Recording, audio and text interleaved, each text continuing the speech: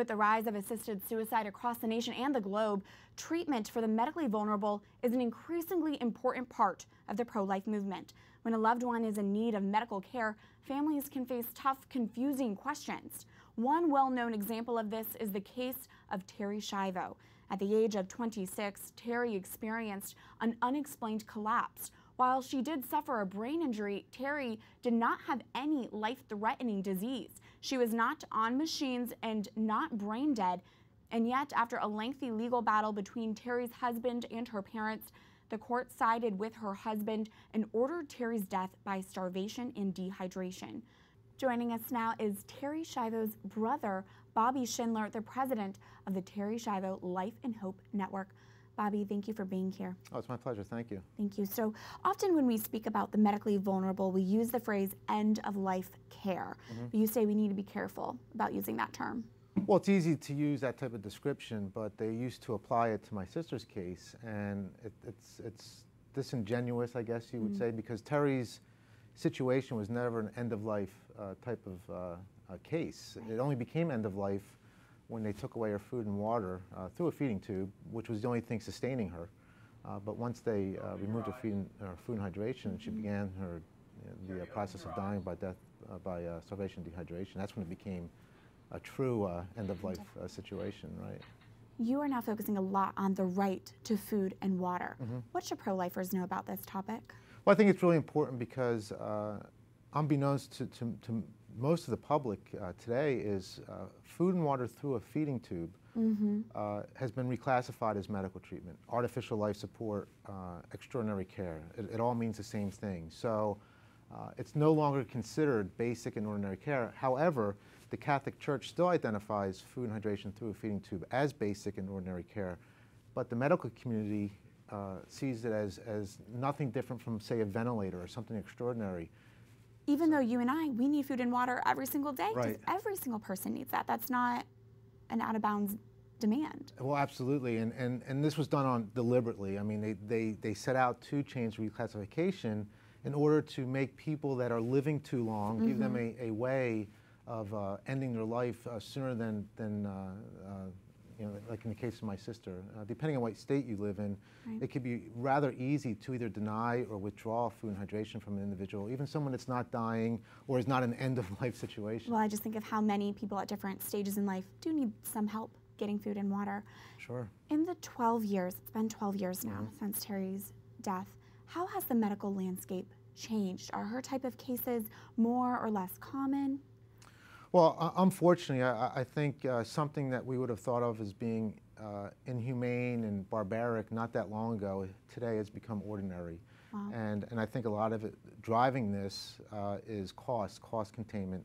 It's a lot cheaper to end someone's life, like my sister and other people with brain injuries and the elderly, than it is to care for them. So I think with my sister's case, we once made the publicity that it did, we can no longer say that this doesn't happen to you know, people anymore. Meaning that perhaps before Terri's case, we didn't realize how routine it was to starve and dehydrate someone to death. But it's happening, and that's why we do what we do, Catherine. Every single day in our nation, across countless healthcare facilities, people are being starved and dehydrated to death deliberately by removing or denying their food and hydration. Thank you for your work in doing that. And there is this increasing acceptance, both legally, but I think even culturally, of assisted suicide. How does that impact how we treat the medically vulnerable? Right, well, I think we're seeing the same type of theme.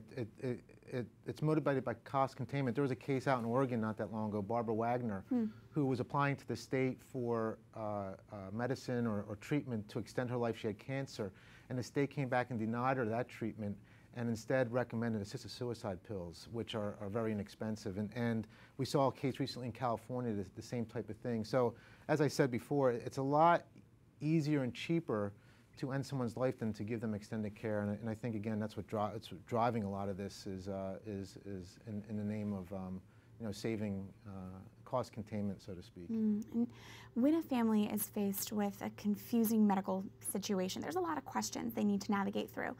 Where can they turn? Are there any resources they can go to? Sure. I mean, that's why we do what we do. We believe in strong advocates. We have the resources available. We intervene in cases if needed. So we want to be there for families. We want to be the organization that we couldn't find when we were going through this with our sister. And that's why we responded the way we did by forming our nonprofit to help families get through situations where, whatever it might be, with the healthcare facility or the situation where they need help, to help them protect a loved one. So basically, how does it work if maybe if a family feels pressure from, whether it's the medical community, the courts, friends, what have you, they can just call you up? Right. We have a crisis lifeline. Okay.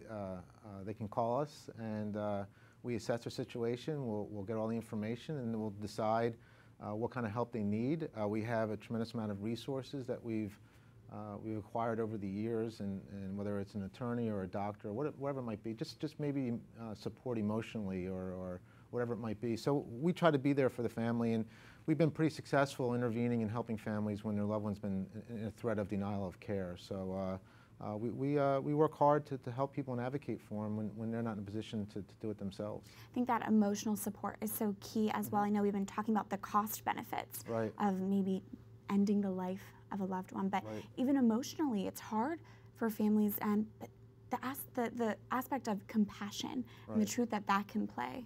Yeah, I don't think people realize how much our medical rights are eroding, Catherine. I mean, there's more and more power being shifted into the hands of physicians and really strangers that are making treatment decisions with loved ones rather than family members. And family members, not only are they having to deal with the trauma of whatever it is that they're dealing with their loved one and why they're in the hospital, but then they have to deal with perhaps a doctor or the ethics committee at the hospital telling, look, we're not going to provide you the care that this person needs. And that's why we're there. They call us, and again, we try to help the family advocate for their family member and get them the care that they might need. Well, thank you for your work, Bobby Schindler of the Terri Schiavo Life and Hope Network. Thank you. Thank you.